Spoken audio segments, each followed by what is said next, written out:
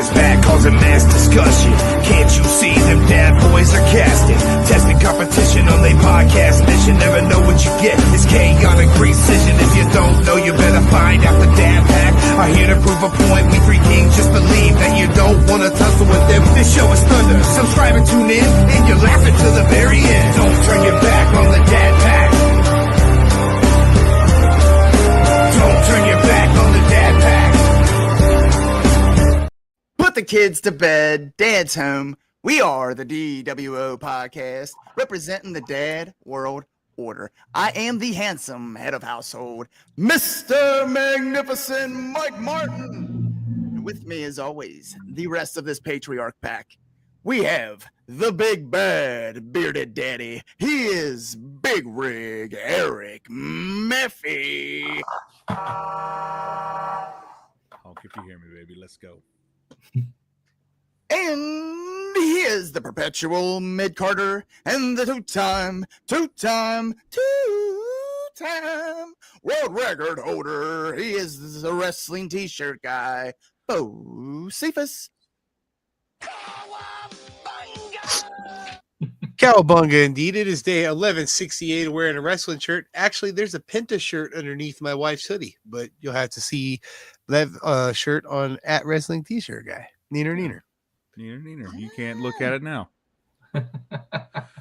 Well, as Mr. Magnificent said, we are the DWO podcast, and tonight we have with us a very special guest, the proprietor of Retro Jake's Video Games, Mr. Jacob Payne. Sir, how the heck are you? I am just peachy. I am tired all the time, but that is part of it. Part of it. No doubt, dude. I mean, I imagine, running your own business. I know how tired we get just doing episodes of this. You know what I mean? So I can't imagine running your own store. I don't even know if you're open 7 days a week or whatever, but every day, man. Yeah, that's every day. A lot. For all that. Yeah, I wouldn't change it for the world though, man. It is something that I wouldn't know what to do if I wasn't doing it. So It's definitely one of those things. I mean, you're definitely living like a lot of our, like I would say as kids at some point we were probably like, it'd be fucking cool to just work with video games all day long. You know? Yeah, that'd be pretty awesome. And you're doing it. So that's amazing. Yeah, man, it's fun. You got to take the good with the bad, man. You know, I mean, it's not all sunshine and rainbows. It's definitely some stress, but it's definitely, you have some fun. You get to explore a little bit. I got to ask you, you told us that you're turning 30 years old soon. Question on that is, how do you become a retro fan when most of the retro existed before you were born when it comes to retro gaming? Did you grow up with just like, your older brothers or older cousins' game systems, and that's how you started liking the old school, or what was it that attracted you to the older games? So what it is with me is whenever I was, I don't know, 6-7 years old, my sister was dating this dude, and I don't know what he was trying to do, but he ended up just giving us his Nintendo 64 with, like, I remember a bunch of games, maybe 10 games. Nice. And I remember just being like, oh my God, what is this? And I got hooked to The Legend of Zelda. And ever since The Legend of Zelda is my all-time favorite series. It is actually not even close. It's The Legend of Zelda. And I remember just playing it, not really knowing what I was doing until, a couple years later, but just playing it. And, shortly after that, my mom bought a Sega Genesis at a yard sale. And the Sega Genesis was fun. We played Earthworm Jim and WWF Royal Rumble. And I remember being a kid, man, and just sitting there. I didn't play the game much. I just liked the entrance music. And then I acted like I was Undertaker and, all that stuff. And, weirdly enough, I didn't grow up with Super Nintendo. Sega was my thing. Even if it was a little bit, before my time, I still played the crap out of a Sega Genesis. Sega Genesis was an iconic console. Oh. I mean, Super Nintendo is, arguably one of the best consoles ever made, but Sega was right there with them, man. Sega's got a great game library. I like Sega so much, dude. Sega was so good. Good. NHL hockey on Sega? Are you kidding me? Yeah. One of my favorite games growing up. Yeah, I loved it. There's so many. I was a games. Genesis kid too. Yeah. But my best friend up the street had Super Nintendo, so kind of had the best of both worlds. Mhm. But Maximum Carnage Yes. on Very Sega good. Genesis. Yeah. Yeah. I It was. grew up with all that shit too, but I still think the best. I don't even know if it's really considered. I guess it's considered retro at this point. But my favorite system of all time has to be the PlayStation 2. RPGs.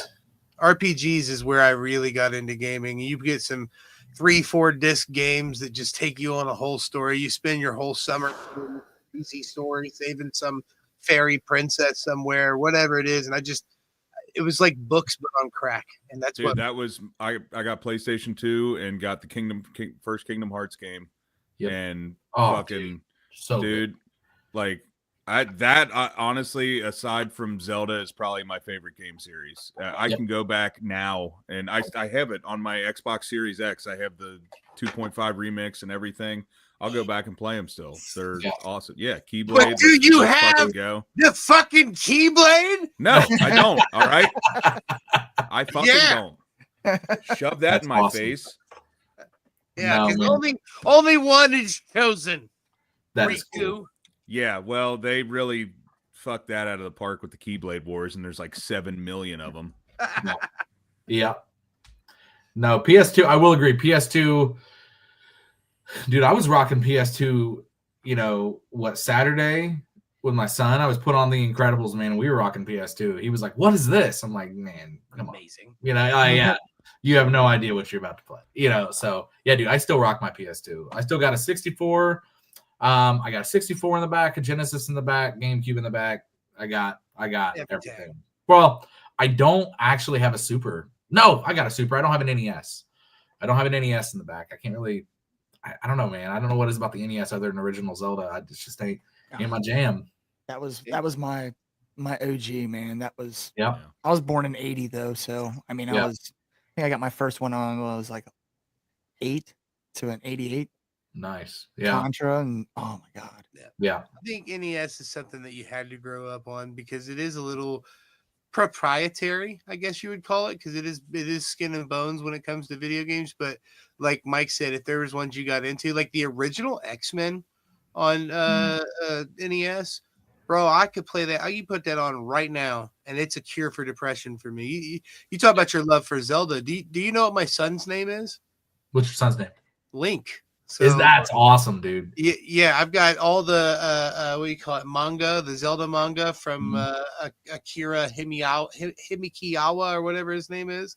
Sounds right. I'm super into Zelda. I've played every Zelda. I'm currently trying to maximize my playtime with Echoes of Wisdom. That's how I try to make it last as long as possible. But Zelda is my absolute. By far, like you talk about, if it's a bad day, like if I got a phone call, somebody I love died, I'm probably gonna go to my room, smoke something, and play a Link to the Past or Link's Awakening, one or the other. Yeah. What is your favorite Zelda game of all time? Link's Awakening, far, because I'm a big fan of Twin Peaks.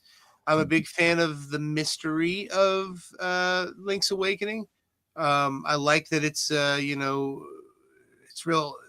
What's what I'm looking for? It was dark before Majora's Mask was dark. You know what I mean? Like, because the whole for anyone who doesn't know, the whole prospect of Link's Awakening is you find out about halfway through the game that if you beat the game, everybody that lives in this town that you're in is essentially going to die.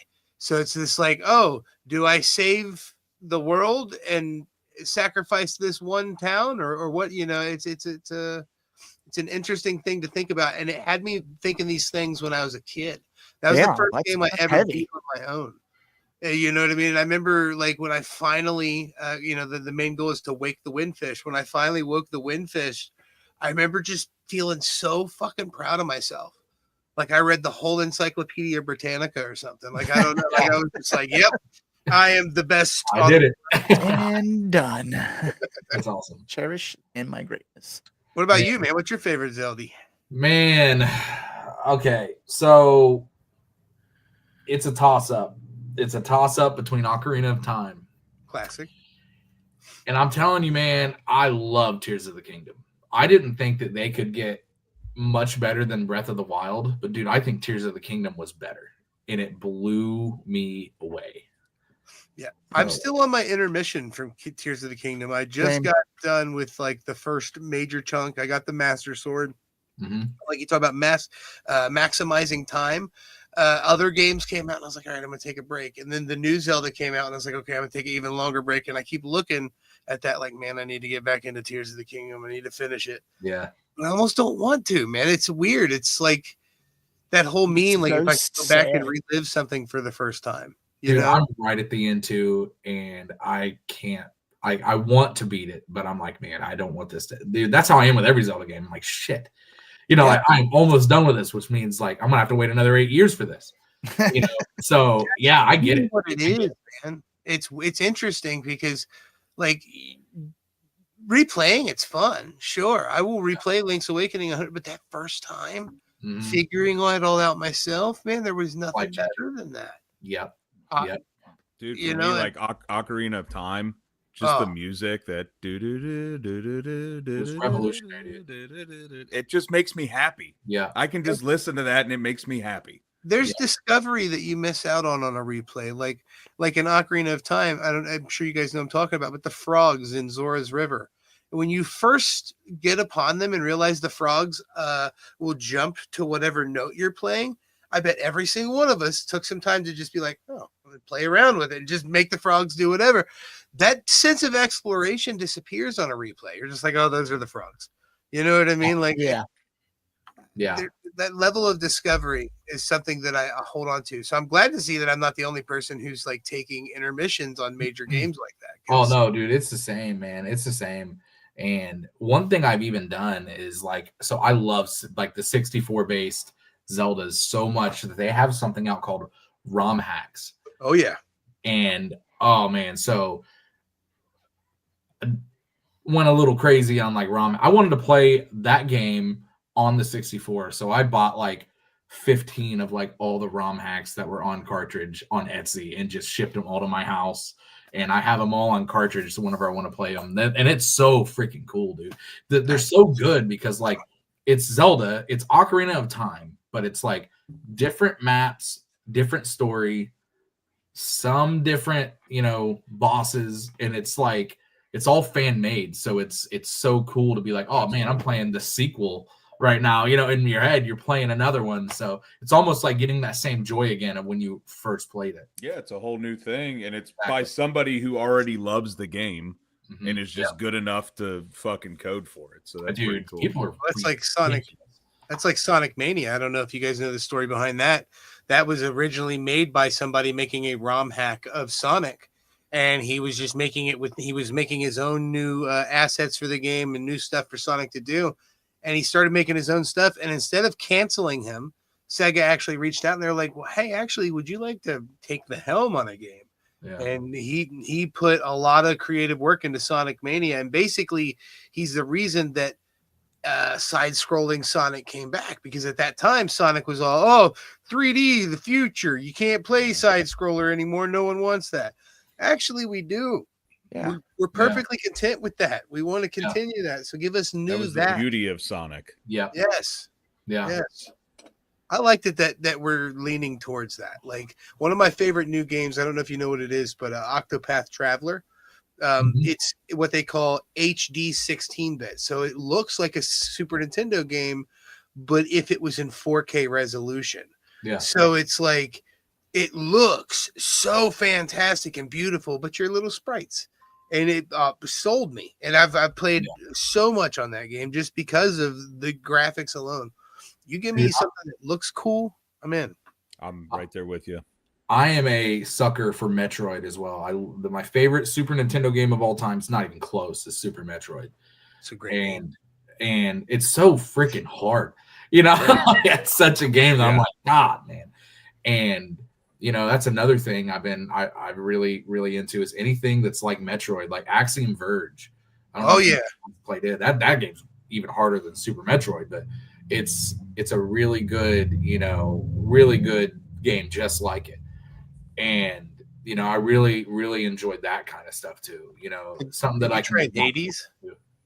Yeah, Hades and Hades 2 are like my biggest obsession right now. And just I haven't played Hades. bro, I know if if you like a roguelike and you like that style Axiom Verge one where you really have to try, if you don't mind dying 100 times before you finally beat Satan, well, Hades, I mean, whatever you want to call him, but it is fantastic. It's true to Greek mythology. I've been trying like hell to get someone from Supergiant Games to come on the show, but certain people are busy right now.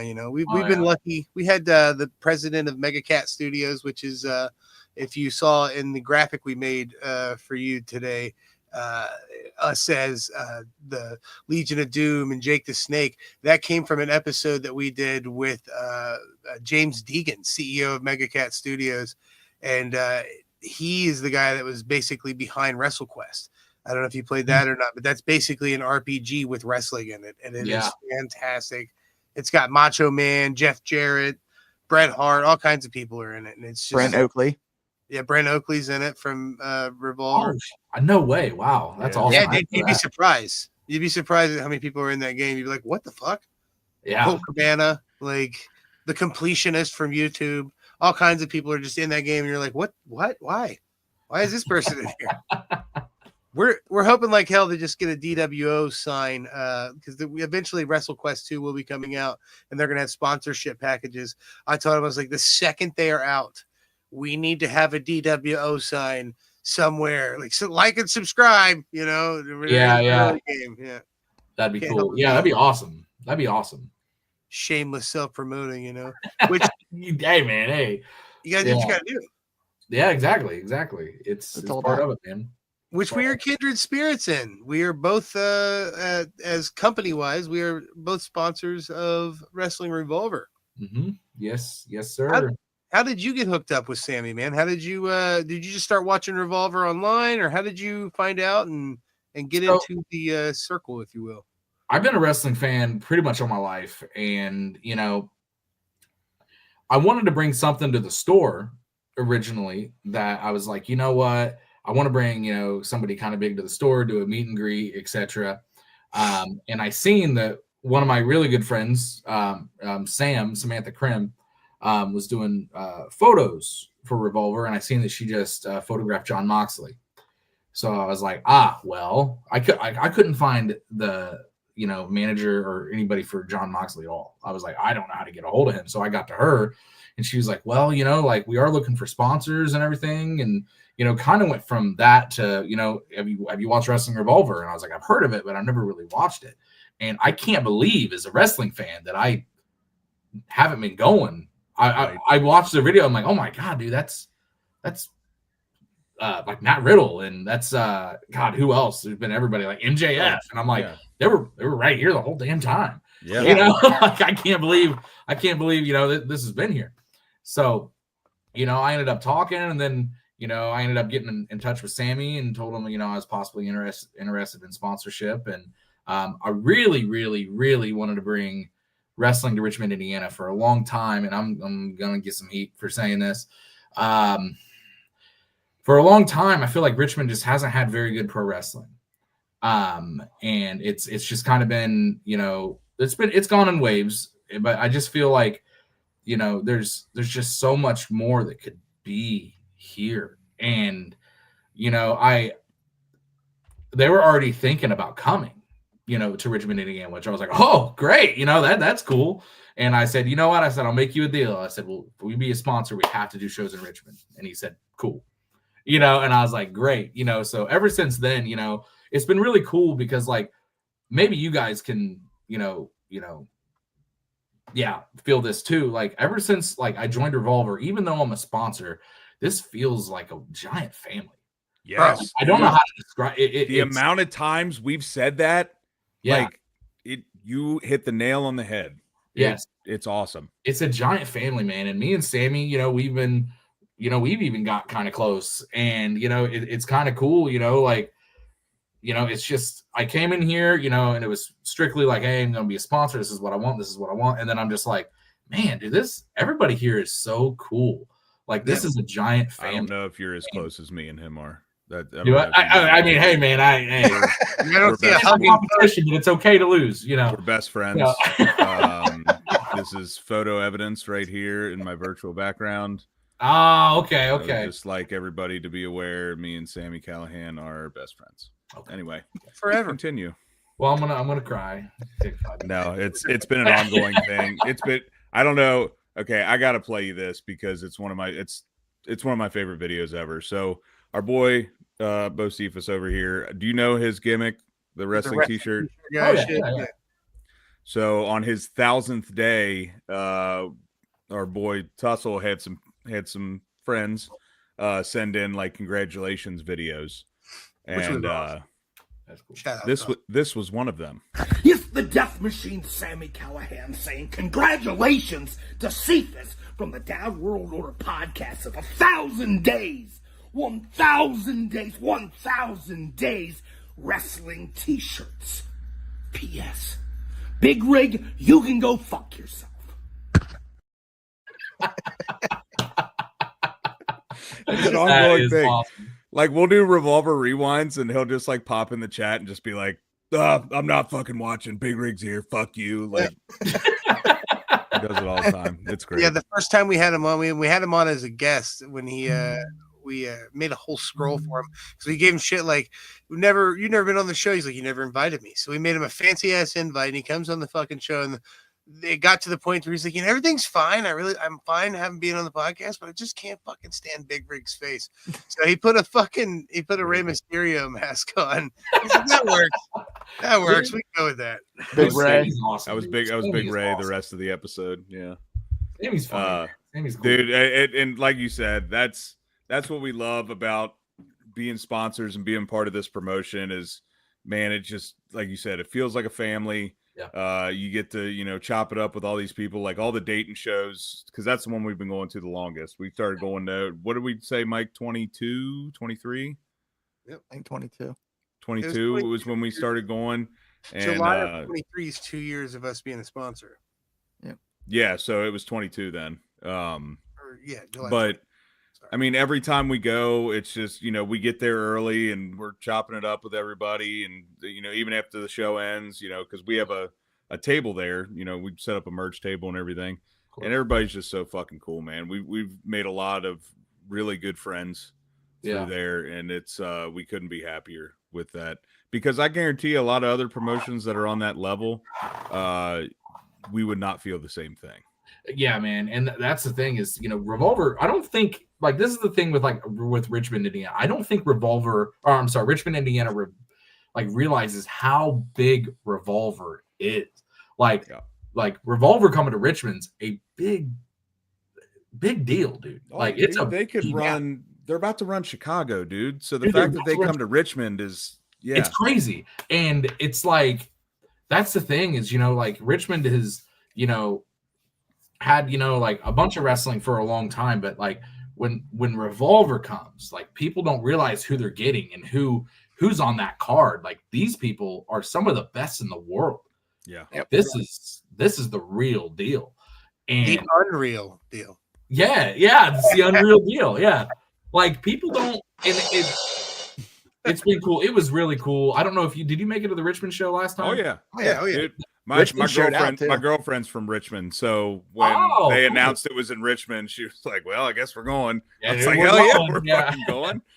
Dude, that place. So like a lot of other places, man, to have 5, because I think that the seat count was like 500 people, which is about, I mean, it's probably about normal, but like to have that in Richmond was absolutely, that has never happened. Yeah. It hasn't happened. Wasn't it some like other event, like alumni night or something like some big town thing that night that they were worried about? It was gonna actually, it was so I'm actually in the Depot District. So this was my like thing. I was like in the Depot District, they were having this like this Christmas thing, and I'm a part of that. And I was like, guys, I got Revolver's coming to town.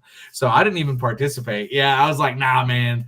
Nah, we're gonna be at Revolver. So no, even that happened, and we still, it was crazy. It was really cool to see, I had nothing to do. It was nothing I did. But it was really cool to see Richmond and to see that place packed, dude. That place was full. Oh, and it was electric, dude. The energy in there all night long, like it was awesome. I know my girlfriend invited a couple of her friends that still, live around there and stuff that are wrestling fans, and they were just like, "Fuck yeah, this is great." Yeah. And I'm almost wondering, like you said, Richmond doesn't realize what Revolver is. Do you think they're so kind of jaded from the lack of good wrestling that they're like, "Oh, this is just another fucking, another horseshit indie show. I ain't going to this." Yeah, and I'm gonna try to be as respectful as possible, but I'm not talking shit. No. What's been around, Yeah, I will say that just from the past, I think sometimes when a wrestling show pops up, they're like, it's just another wrestling show. It's just another wrestling show. Man, and I'm telling you, I can't speak for 500 people, but I can guarantee you that 500 people that night seen something they never seen in Richmond, Indiana. Yep. And whether they come back, whether they didn't like it, wasn't for them, that's whatever. But I guarantee you, there is no card like that. There's no what would you say that edginess is not the word, but maybe it is the word. There's so much. We like to describe it as ECW and Ring of Honor had a baby. Yes. And Revolver popped out. Yep. That is creativity of ECW and the wrestling of Ring of Honor have somehow came together. Exactly. It's the closest thing that I've seen to ECW. Yeah. Personally. It feels like in 10 years, all four of us are going to be interviewed about how it felt to be around before it took off. Yeah, you're not wrong, dude. You're not wrong. It's very much the closest thing that I can describe. And have you been to a Dayton show yet? Oh, dude, I've been to not as much as you guys, but I've been to every Dayton show since like June, July, something like that. So I haven't missed one. I don't know where you sit at, but I don't know if you see where we sit at. You're more than welcome to come sit with us, buddy. Man, yeah, the thing is like, I'm a sponsor, obviously, and he's like, hey man, we front row, and I'm like, dude, give somebody that experience. Like, let me sit, third row. I don't care, dude. There's not a bad seat in the house. No, I'm like, let somebody get that experience. I'm like, because me, like, I'm gonna enjoy it either way, So like, I'll sit wherever he's put me on he's put me front row once. He's put me third row, and I'm like, dude, I don't care. Like, I don't care. Like that. You say that till you sit in the DWO corner, man. You got to come. That's true. Yeah. I'll have to sit in the DWO corner. So that's what we've loved about that corner is we originally started sitting there because that was considered fourth row. We would just get GA tickets, which was GA fourth row. Yeah. And we were like, this feels like front row. It's right next to the entrance, but we're, we always, bring the energy, we bring the signs, everything like that. So we're like, this just feels like our corner. And then when we became sponsors, they were like, well, where do you want to sit? I was like, we just want to sit there. Like, we don't need front row seats. Yeah. Like, we just want to be right there every time. And I do feel like we bring, a certain energy to that crowd sometimes. So I agree. We laid a lot of fucking chance too, man. I feel almost responsible in a way. And I feel like you talk about being a family atmosphere. It's also a paying your dues atmosphere. Like the fact that we've been there almost 2 years straight now, like we're getting a little bit more respect than we would expect in a way. Like we just had Rich Swann on the show. Rich Swann don't do very many shows. You know what I mean? He don't come on a lot of podcasts, but we kind of earned our way into earning shit like that. You know what I mean? And it comes from bringing that energy. Like Big Rig says, we go extra. I've got giant sheets of cardboard in my car right now because I know that April 5th and April 12th, I've got some signs to be made because I'm going to Chicago and I'm going to Richmond. And it's, it's a lot because, it's commitment bringing all them giant chunks and having them out for the matches. But I don't know, I really enjoy it. Yeah. You going up to Chicago? I'm going to try. I want to. I really want to make it to an Iowa show. Oh, dude, Iowa. Man. I'm telling you, you want to go to Iowa, we'll fucking figure out a carpool situation or something because We've been to a couple Iowa shows. It's a haul, I'll tell you that. Oh yeah, it's 10 But hours. it's fucking worth it. Yep. That building, that crowd. I mean, the last time we were there, it was over 1,000 people, wasn't it? Yeah. Mm-hmm. Easily. It's unbelievable. It's the foothold they have out there in such a random place, Clive, Iowa. You know what I mean? Like, who would have thought? But they've established a name, which I think it'll get to that point in Richmond. Because I'm sure when they started running Iowa, it wasn't like, what the crowd is now. Yeah. But, word travels through mouth. It's a small town, kind of like Richmond. And look what it is now. See, yeah, me and Sammy have talked, and I'm like, man, I told him, I was like, man, I give Richmond a few tries. I was like, don't, if it third show, fourth show, maybe give it 5 shows. If it ain't doing what you want it to do in like 5 shows, I know that's, give it 5 chances. I was like, but I'm telling you, man, this area and this community, like, is such a, like, they love wrestling. They just want something different. Yeah. They just want something different. Dude, that is different. That is different. Yeah. So yeah, man, I think I want to go to Iowa so bad. It's just, dude, I like as a business owner, I work all the time. Like all the time. I went to Wisconsin, and dude, like, I had to find time to just like get everything, right to go to Wisconsin. And even, I had to stay a day extra. I picked up the disc cleaner and it didn't work, but I had to go like get it fixed and stuff. But I stayed a day extra because of that. And dude, I'm like 2 days behind now, like of what I actually have to do, So now it's like, God, it's hard to prepare for that stuff. I want to so bad. But Does that thing repair CDs? dude, it repairs everything, dude. That thing is yeah. I have a couple like one-off CDs that like have gotten abused, and if there was anything where I could bring them back, that'd be fucking amazing. I might have to bring them to you. I never guarantee them to work, but I will guarantee that it's gonna look fucking great. They ain't worth a shit now. So I mean, yeah, I'd say it's gonna look great. And the thing is like when people bring in stuff, I'm like, look, does this game work? And if it works, I'm like, because what we're doing is we're resurfacing this thing. When you resurface something, it, you don't know exactly what you're getting. But if it already doesn't work, why not? Right. So that's the thing is like I tell people, I'm like, look, if this works, keep it. If it stops working, bring it in. Or if it doesn't work at all, give me them. Like I'll do what I can.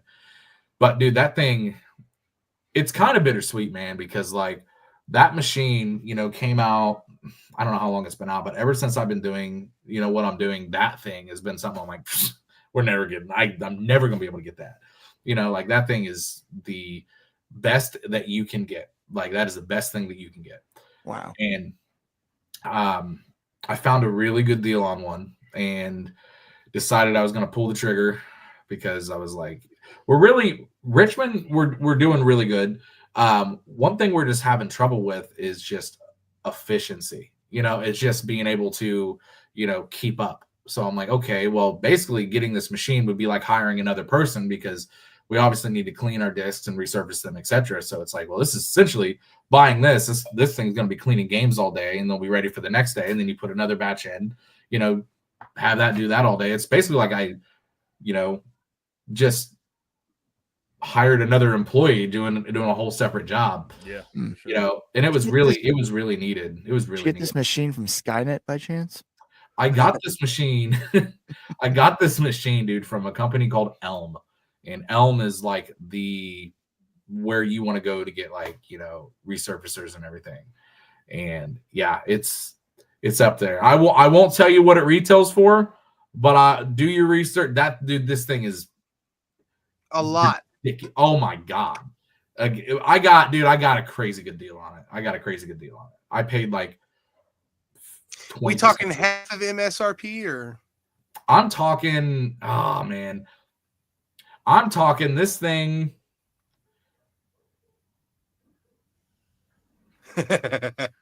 Fuck it. I was they retail These things retail at $22,000. Holy Yeah. shit! I got it for $4,000. Wow. Yeah, that's why we went to Wisconsin. So All right. I was like, oh man, we're gonna have to go grab that. Did you pick up some Cabot cheese while you were in Wisconsin? So we went to Milwaukee to grab right outside of Milwaukee to go grab this thing. And dude, I didn't see any cheese places. Like, What? dude, I didn't. Maybe I just wasn't looking, but I Cabot- wanted to try, Wisconsin cheese. I didn't find it. Yeah. Cabot cheese is not they are not a sponsor, but I would absolutely welcome it. They have lactose-free cheese, dude. What? And it tastes regular. So it's just you can get regular ass cheddar cheese and you can eat it, but they took all the bad shit out. So you can just eat it and just poop regular. And Wow. bro, Cabot cheese. We love you here on the Dad World. Hell yeah. Oh. Hell yeah. I don't have a problem with dairy yet. Yeah. Knock on wood, my guy, because you'll be just chilling and one day you'll eat a burrito and you'll be like, what the? Was that the burrito? And you'll be I like, drink a "Oh, glass of milk with dinner every night, though. well, you've been combating it for years. That's what it is. Yeah. Also, Yeah. real quick, just because there's some comments here. What up, Joe? To my little sister, shut up. Blue and orange matches. That's What's wrong FT with that? Cincinnati. Yeah, come on. Yeah. And this guy, Mr. Ryan Cook, he's on the podcast tonight.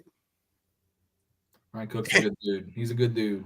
Donald Lawson says it's the bee's knees of disc resurfacers. It's true, man. It is true. It is true. Also, I don't know I don't- what this means. Yeah, I see that's a mutual friend of yours, so I don't know if that's an inside joke. Nah, no, dude. Donald Lawson's a good dude, man. He's been No, Elijah York here says, "Oh, Professor, poor Angstrom, you thought you could hide from me." Elijah's one of my best friends, dude. Elijah's wild, man. Elijah is wild. Is that a D&D reference? Is that your D&D? I'm not gonna lie, I have no idea what the hell he's talking about. All right, well, But, we're in good company then. yeah, but that's something he'd say. I seen that, I was like, what the hell is he talking about? Yeah. Love it. That is half our conversations. I'm like, what? What did you say? I thought he was making a Futurama reference at first, but it's Wernstrom that I was thinking of. Yeah, I don't know, man. Elijah is, dude. I don't want to shout out. I mean, I'll shout out Elijah. I don't give a shit. But Elijah has helped us so much. Like, he's been such a cool dude. His garage was filled with probably 25 arcade machines. Holy shit. Whenever we were starting, like, this dude was like, yeah, dude, you can use my garage. And I'm like, all right, okay. And it was probably there for 4 months. And dude just let me use his garage, man. Dude's a good friend. Like, he is a great friend. Well, hell Love yeah. having Shout out. those, man. Yeah. Are you open the day of the Revolver show for your shop? Or I'm do open you every day, man. Every We're day. gonna have to be a little early for the next Richmond show because I definitely want to come in and check out what you got. Yeah, dude. Come Yeah, in and man. barter. Yeah, we our inventory changes every day. Every day. Yeah. I was a big amiibo collector for a while, but I just sold off like 100 amiibos. I kept all my Zelda amiibos, Mhm. but I sold off my whole collection, and now I feel like I was traitor to myself. Like, why'd you do that? Yeah. Oh man, I had like a Nintendo Switch game collection. I built up a little bit, but I had a Nintendo Switch game collection. I had like 160, and I was trying. Yeah, I was trying, and I finally decided I got a Steam Deck, and I didn't even put it towards games. I just wanted to beef it up, so I put like, an extra 2 terabyte SSD in it, and I, upgraded the screen, and then like I ended up never playing my Steam Deck. And I was like, Yeah. God, this was a horrible fucking thing I did. Do you have a preference in terms of like what you play mostly, or is it kind of just whatever tickles your fancy when you can play? I go back and forth, man. I go back and forth. I love my PS5. I love my Switch. I love my Nintendo 64. Yeah. What I play the most of is probably my PS5, and I've been playing a game called Phasmophobia. Okay. I've Yes. I've seen it played. It looks like a lot of fun. I'm rather good. I might actually be able to hunt ghosts in real life after playing that for a Hell while. yeah, Oh, dude. shit. Yeah, so I might be the real deal. We'll see. So I'm a big which I can't believe I'm still even playing it. Destiny 2. I got hooked on that back in 2017. yeah, And I've pretty much been playing it ever since.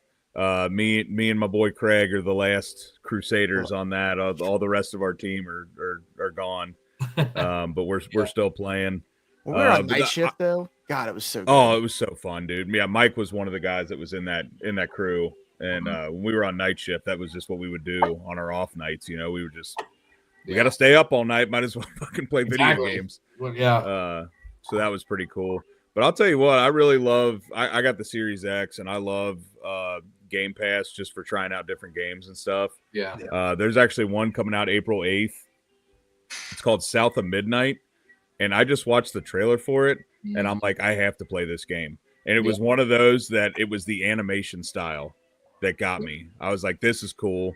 And then I read the story of it, and I'm like, well, that's even cooler. It's like a action RPG, but it's set in like the Deep South and deals with like Deep South folklore and like all kinds of shit. So it looks really fucking cool. Yeah, dude. Go ahead.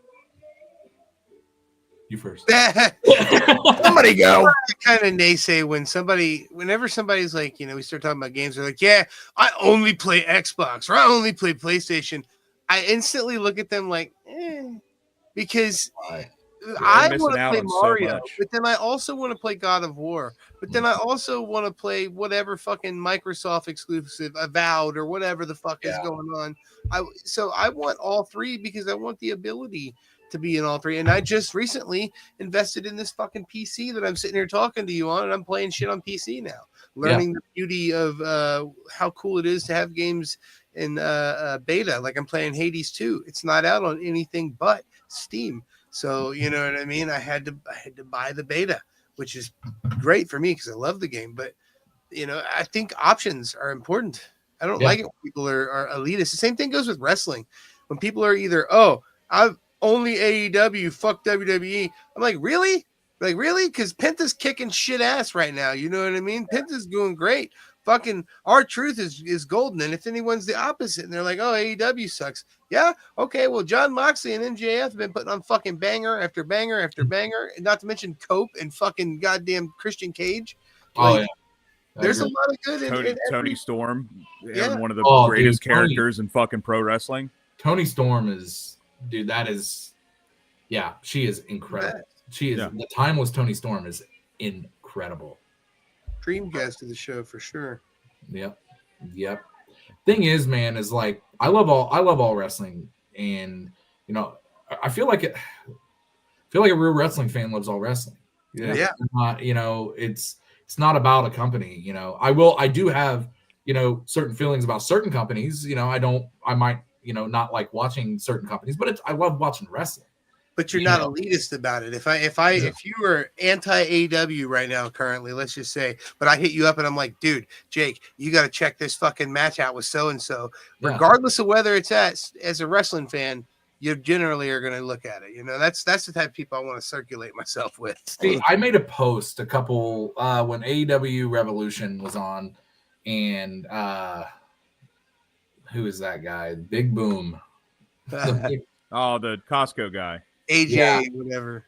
And I don't know what I made a comment about that, and I was like, man, this is this segment reminds me of 2001 WCW, and I was like, and that does not deserve 5 big booms. And I kind of got hate, and I was like, yo, dude, I'm not saying I hate AEW. I'm just saying this is not. You're for allowed me, to like. There's WWE's one the most popular promotion in the fucking world right now. They're fucking selling out everywhere. But honestly, I can watch Raw, and majority of it, I'm like, I mean, the end of Raw the other night was cool. I enjoyed that. That was neat. But like that steel cage match compared to Will Ospreay versus Kyle Fletcher in a steel cage, I'm watching Will Ospreay versus Kyle Fletcher. because Yeah, that's the kind of wrestling that I like. But I also really like the story of, ooh, Roman pulled him out of the ring. Where's this gonna fucking go? Yep. I like all of the different shit. Exactly. And the same way, if there had been a third show and it would have been Santino versus Eugene in a cage, I'd have watched that fucking shit. Exactly. Too. Yeah. And I'd have been super excited to see who was gonna fucking outgimmick Dude, Santino versus Eugene in a cage? You kidding me? who. I'd fantasy book That would be a one to watch. Yo, son of a gun, Eugene. Oh man, I'm so glad that he's still like he's in TNA, man. I'm so glad I mean, what else would he do if he came back anything without that? You know, without that gimmick, people would be like, nah, you know. So Makes me so jealous we're not going to Iowa this time. That Santino's going to be there. Yeah, I know. You son of a gun! Like he needs this. I don't know if you can see it, but right there is a cobra hanging right there. I see. I think I see it. And a little green snake. Yeah. There. Yep. That needs signed. You know what I mean? I already told Bo that because at some point he's going to get Santino to do a shirt video with him. Oh, And I was like, I just want to hear him call you Bo Peepus. and Bob Peepus. Bo Peepus, the wrestling T-shirt guy. Bo Peepus. I love it. I love it, man. Santino is so good, so good. That's he's got to be a future Hall of Famer. Oh, absolutely. He's got to be. Dude, you see in Elimination Chamber, Bailey, while in the chamber, turned to him and did the thing. No, I didn't see him that. in the crowd. Yeah, All. it was awesome.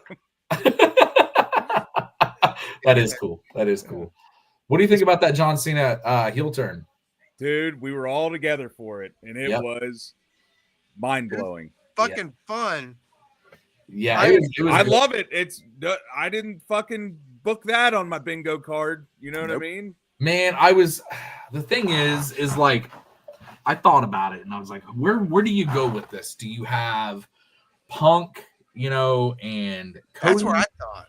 Well, I thought it was Oh, you're getting corporate. Hold on. Real quick, if you guys see, can you hear this?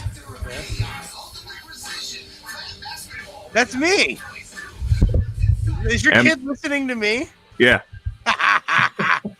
That's cool. That's live on the Dad World Order podcast. She's listening to my. It's on her playlist, dude. And we're going to get another copyright ding. Yeah, it's just a shame you don't know the band. You know what don't make any sense. I'm going to get on my little, real quick, sassy dad rant. What the fuck, Facebook? I own Toy Box. I own 1/3 of DWO. When I create a song called the Dad World Order podcast fucking theme song, and then I release it, and then they play it on the Dad World Order podcast, and that I'm also a fucking host of, you think there'd be no fucking question. But yet, every other fucking platform's like, oh, that makes sense. We're not going to copyright flag that. We'll do it once, but once you click that you own it, we're going to leave you alone. Not Facebook. No. Sorry. It drives me crazy. This Sassy Daddy rant brought to you by the Wrestling T-shirt guy. I totally forgot we had that.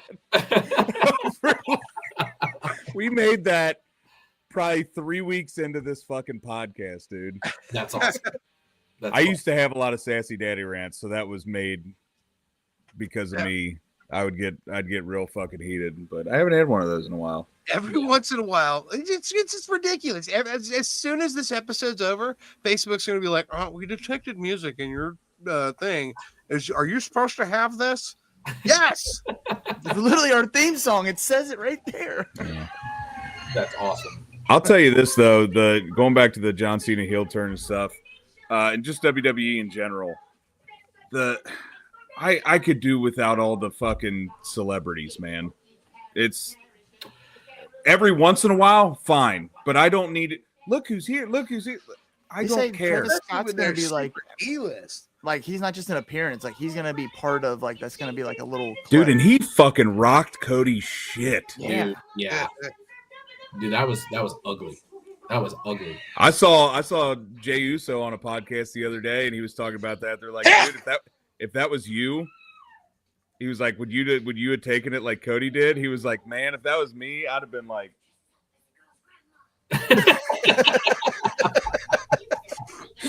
Motherfucker. Dude, when he got back there, you had to have been, dude. He had to have been like, all right, where's he fucking at? Right. Yeah. Like, yeah, dude. Yeah. Bro, I hope that we see like a behind the scenes, like a year from now, that John Cena heel turn, and he's just like, where's Travis Scott? Where's he at? Yeah. Like, yeah. I hope that's what it is. I almost bought his wrestling shirt that he released, right? Because I was like, oh, it's a one-off wrestling shirt, and it says wrestling is real. I should probably get this. Do you know how much that motherfucking shirt is before taxes and shipping? How much? $55. Yeah. Are you high? I mean, I know you're high, but are you really high? God. Yeah, dude. That'd be hard for me to buy. I'm gonna have to really like Travis Scott. I get one cheaper from Scott Steiner, and he charges $100 for a picture. That's crazy. He didn't even smile. No. Dude, speaking of charging for pictures, you going to Squared Circle this year? So yes. Probably. I went to. We got a table there. Was an indie. I went to. I forget what it was called, but I went to that. I went to that thing, and I got to meet Kurt Angle. That was cool.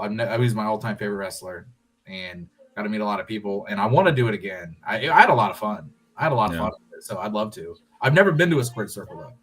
Dude, Squared Circle was the Mercedes of that shit. Telling you, you'll go this year, and you'll be like, okay, I need a table next year because it makes you would totally be look relevant like a little podunk promotion.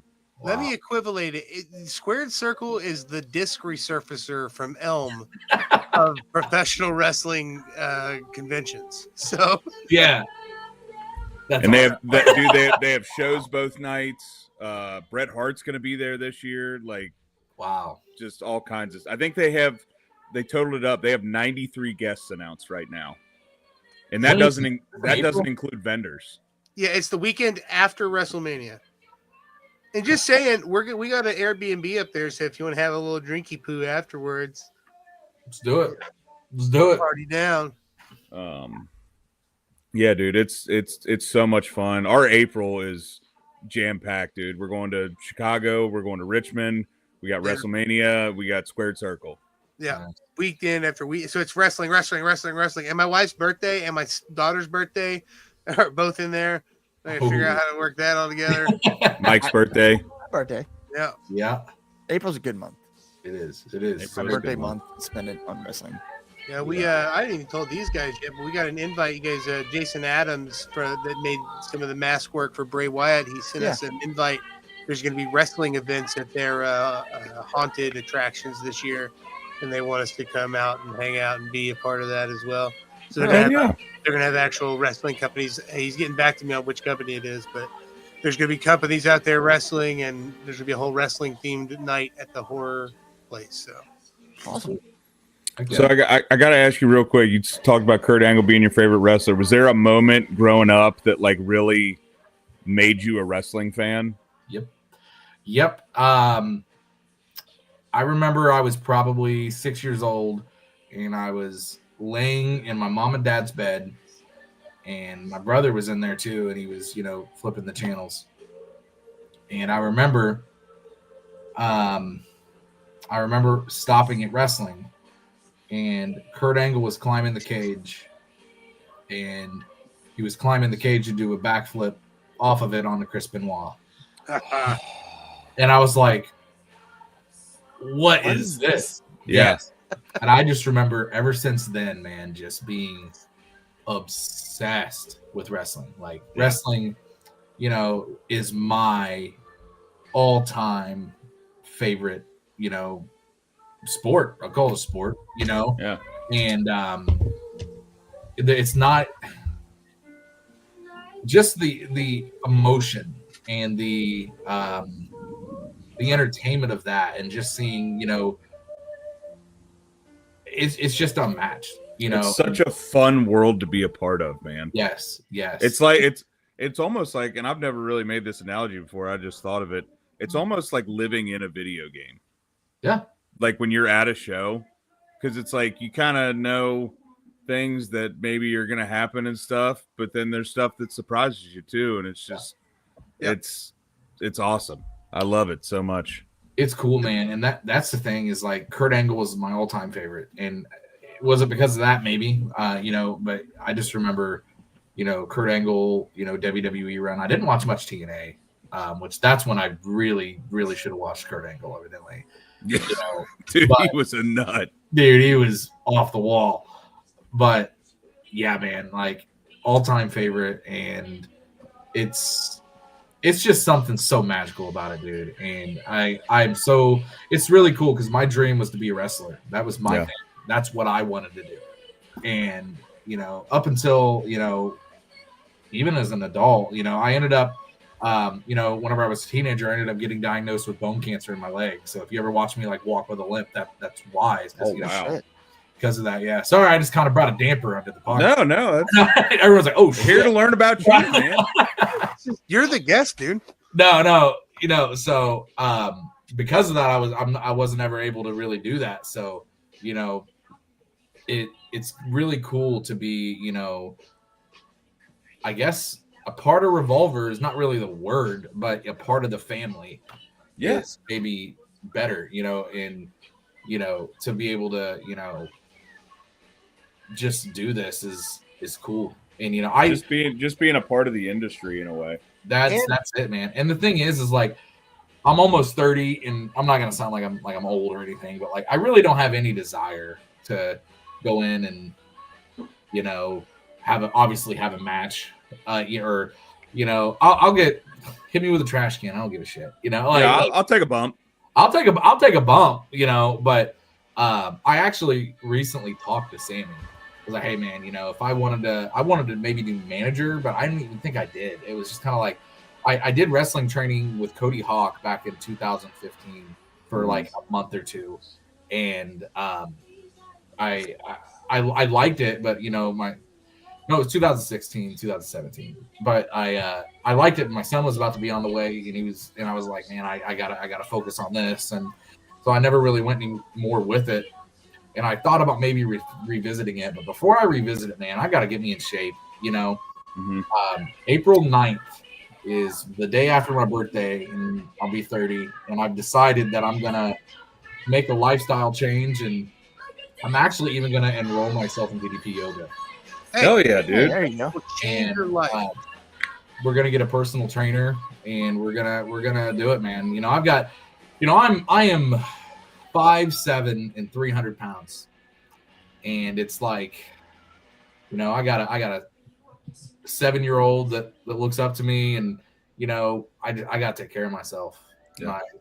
I actually earlier this year I got diagnosed with stenosis in my spine, which is it's not really on your spine, but it's like I can't walk certain distances without like my back. It's almost like cramping up, so I have to stop. And it's like, I'm not even fucking 30.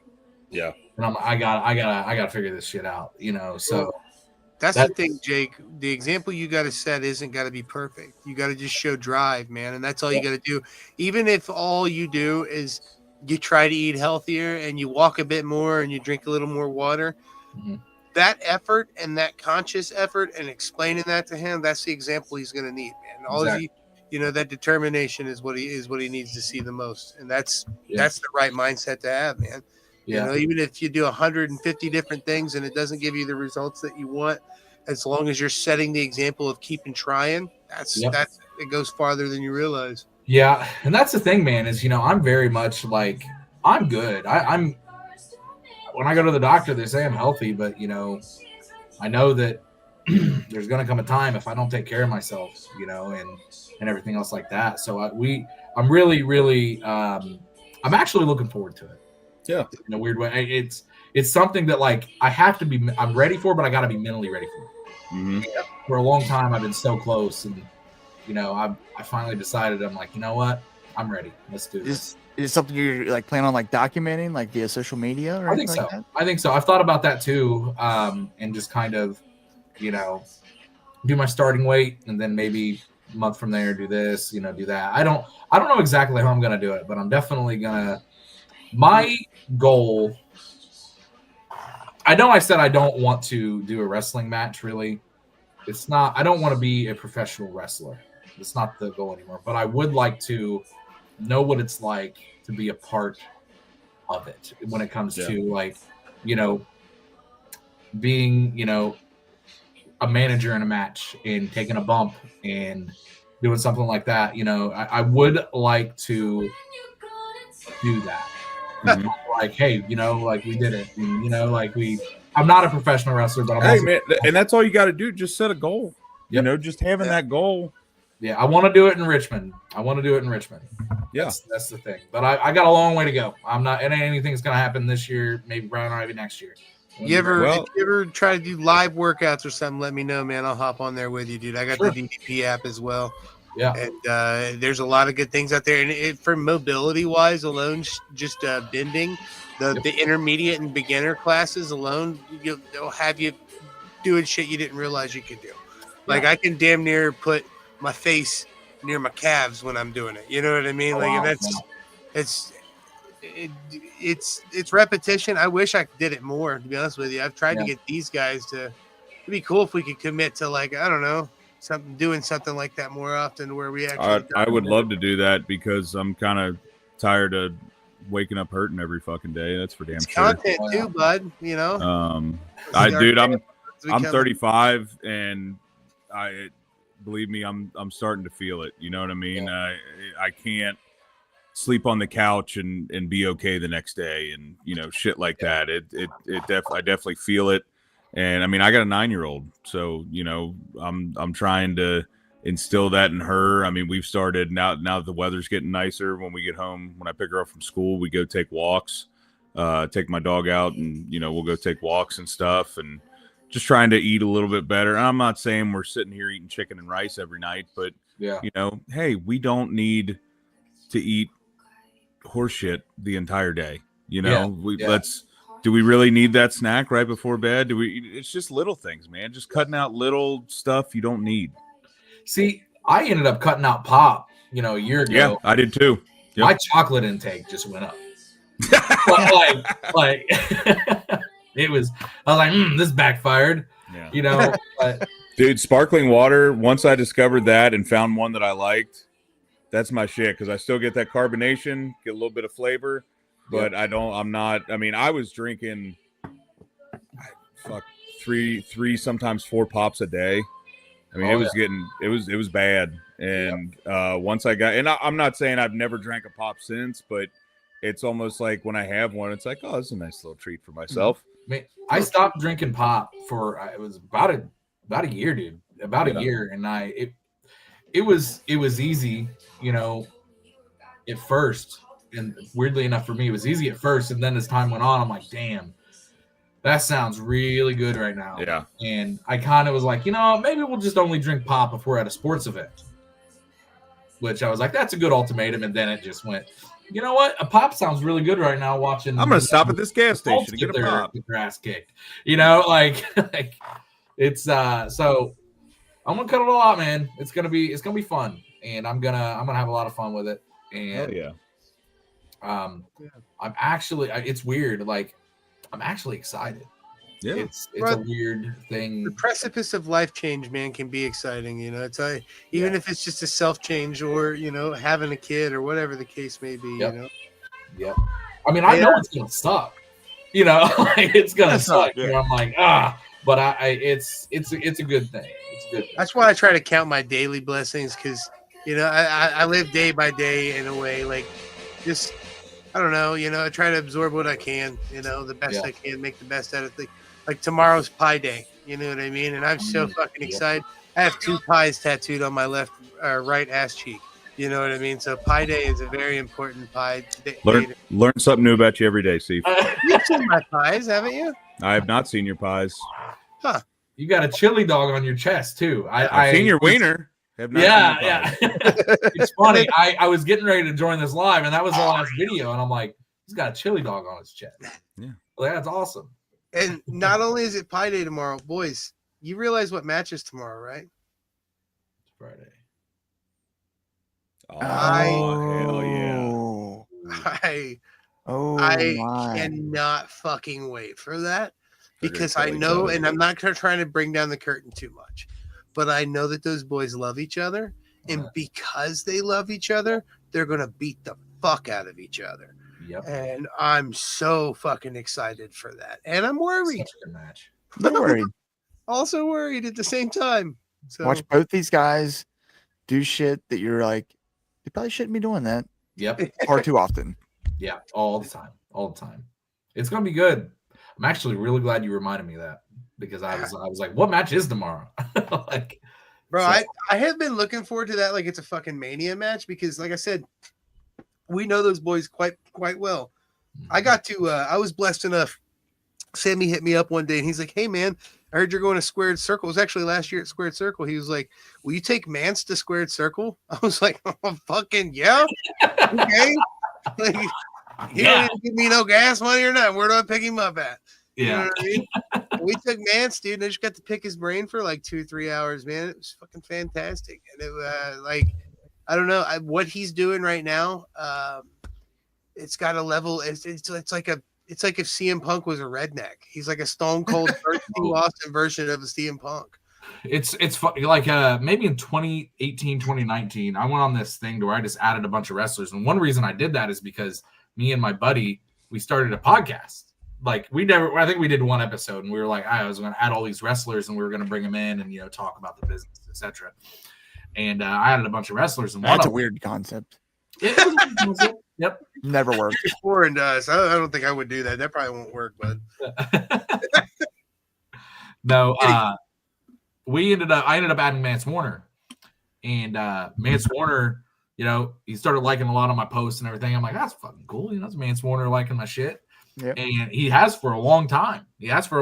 So over at the WrestleCon, I was like, I'm gonna go meet Mance Warner. Maybe he knows who I am. I was gonna shake my hand. And I went up there. I'm like, hey man, I'm Jacob Payne with Retro Jakes. I said, we're friends on Facebook. He's like, oh, cool, yeah. And I'm like, this dude has no idea who the fuck I am. I was like, all right. This cool dude. He is such. I told him, I was like, man, I said I've been watching you for a long time. It's really cool to see you get where you're at. Like this is awesome. And dude was so nice to my son. Ugh. Do what? If you haven't seen his interview with Chris Van Vliet, go out of your way. You talk about personalizing who Mance is and really getting a feel for who he's portraying right now. It's such I gotta see that. Oh, yeah. Dude, it's amazing. Unless it was so good that it was so good that when I went to where was it? The Royal Rumble at WrestleCon. When I went to WrestleCon, I went up to him. I was like, dude, that interview, like that's what the fuck we need right there. We need way more of that, Mance. Yeah. Yeah. But dude seems like a good dude. Before we get out of here, Jake, man, we normally have we don't have a lot of questions that we ask everyone every time, but we do have one that we want to hit every single time, and Mike is the purveyor of said questions. So, Mike, well, we're all dads here, and we're all very budget-minded individuals. So, we like to gauge our guests, a little criteria, and one of those being, what do you keep your thermostat set to? So, I'm gonna be honest. My wife is the keeper of the thermostat. hey! That's an all right answer. My wife is the keeper. Happy wife, happy life. So we normally say there's 3 good answers, which are 68, 69, and 70, or there is a bonus addendum, whatever she says. Exactly. Yep, man. Yeah, just whatever she says, and I'm as long as it ain't super fucking cold, I'm good. And it's usually just right. So. There you go. Good job, Jake. All right. With that being said, a follow-up question to that: what is something that you're thankful for right now? Oh my goodness! Put him on the spot. It's funny because the question I can answer it with what can I not be thankful for? And that's sounds cliche. It really does, but I'm thankful for the love that people show me. I'm thankful for the hate that people show me. I'm thankful for my family. I'm thankful for, my business. I'm thankful for everything. It's weird, because like younger me would have been, had different answers. But as I grow, a little bit older, I'm really thankful for everything. In the moment, I might not be thankful for those things, but I really am thankful for a lot of things that, certain things that maybe not have went my way, certain things that maybe, you know, I didn't see coming or something like that, because it helps me learn, and it helps me, you know, it helps me in my life, you know, and just to be able to appreciate the good times. Yeah, lessons learned, and it got you to where you are today, man. Yeah. So I would say Broken road. I mean, I don't know, man. Like my family, my wife, my son, you know, like just that. Those are the big ones. Those are the big ones, obviously. You're but, thankful for the life that you have, man. And man, that is, I'm very not blessed. many people can say that. I'm very blessed. I'm very blessed. What game are you looking most forward to right now that's not out yet? Let's see. Let's think about this. GTA 6. I'm really looking forward, and I haven't announced it yet, but the next Resident Evil. Okay. Yeah. Village. Man, Resident Evil 4 on PS2. Fuck Yep. with that game back It in the was day, good. dude. Dude, Village was So good. incredible, dude. I didn't really get into Resident Evil until I played Biohazard, and I was like, Yeah. this is insane. And then Village was so good, dude. I really hope they stick with that kind of play. I love the remasters they've done. I do, but Yeah. I really, really hope they stick with that kind of shit, because that is some of the greatest. That's so good. Silent Hill 2, that was incredible, and I've heard they're going to be dropping another Silent Hill remaster. Oh yeah, in 4 years. There's a couple that come to mind for me. One, Mike said a minute ago, GTA 6, but Death Stranding 2. I don't know if you can see it in my background. I don't think you can, but I have the original Death Stranding 1 massive collector's edition with the baby. Yeah. I'm a big fan of Hideo Kojima, so I'm really looking forward to that as well. But then it's something that doesn't have a date or even a title yet. Man, I'm a huge fan of Horizon, and I've played Zero Dawn. I played Forbidden West, and I even played the VR game that came out for PS5 VR2. The final trilogy of Horizon is about to be the fucking. I need it.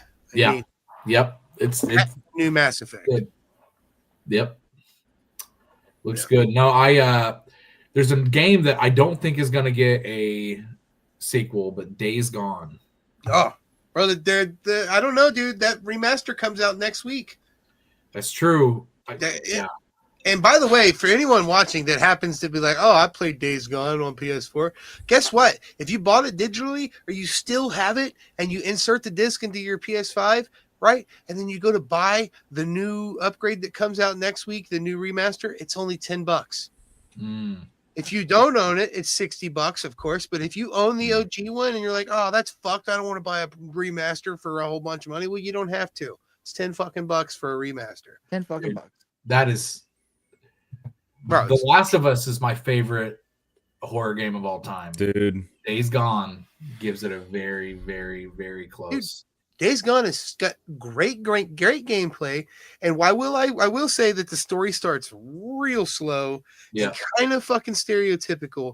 But if you give it an hour or two of the original story to go past and get into what's going on, bro, it becomes one of the great. You aren't wrong, dude. There's a reason it's getting a remaster because it's fucking fantastic. Dude, I will like tell people at the store, I'm like, you got to try this game. They're like, I tried it, didn't really like it. I'm like, I like Sons of Anarchy. You know, like I don't get it. You know, I don't get how you could not have liked this game. Bro, it's like an open world Grand Theft Auto zombie apocalypse.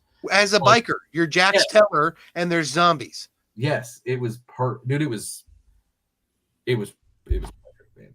Yeah. It was perfect. But yeah. Yep. Well, hell yeah, man. We're definitely going to have to, when Revolver comes to Richmond, we'll get up there and visit the store, hang out for a little bit before the show, stuff like that. And we appreciate you coming on, dude. It's been a lot of fun. Dude, thanks for inviting me, man. I love doing this stuff. I love doing this stuff. So I really, really appreciate you, inviting me on here and having some fun. I work too damn much. So I really appreciate this. Yeah. We'll have to have you come back on after one of the Richmond shows. We've already got Chambers coming on after your Richmond show. Is it Chambers? Yeah. No, Yeah, Chambers is after Iowa. We don't have anybody after the Richmond show right now. we don't. Oh, I don't believe so. Let me Either way. double check. Either way, at some point, whether it's that episode or not, we'll have to have you come back on and do a rewind with us. We go over all the matches that happened at the Revolver show. Oh, I love to.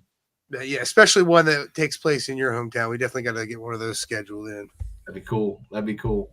Oh yeah, dude. All right, boys, you guys got anything else before we wrap this thing up? I'm Gilton. How about you, Mr. Magnificent? Looking all handsome up there. Thank you. No, just looking forward to the weekend, man. I'm tired. Yeah, me too. Me too, for sure. Me too. I start my new job on Monday. Woo! Woo! Oh yeah, dude. Very excited about that. So hell yeah. That other job. What's that? Said hashtag fuck that other job. For real. Well, Jake, thank you so much for coming on, dude. As always, we've been the DWO podcast. I am Big Rig Eric Maffey. He is Mr. Magnificent Mike Martin. He is the wrestling t-shirt guy, Bo Cephas. And he is the owner, proprietor of Retro Jakes, Mr. Jacob Payne. As always, you can check us out on all the socials at DW_podcast, Facebook at the DWO podcast, TikTok at DW_pod. If you're watching on YouTube, please like, subscribe, listen, follow, all that good stuff. On Twitch, if you're on Twitch, go ahead and follow us on there. Sharing this stuff on all the platforms is really helpful. We've been trying really hard to put out clips of the shows and stuff like that. So sharing that with people, even posting it to your stories really helps. So any of that stuff that you guys can do would be very much appreciated. And until next time, top dads.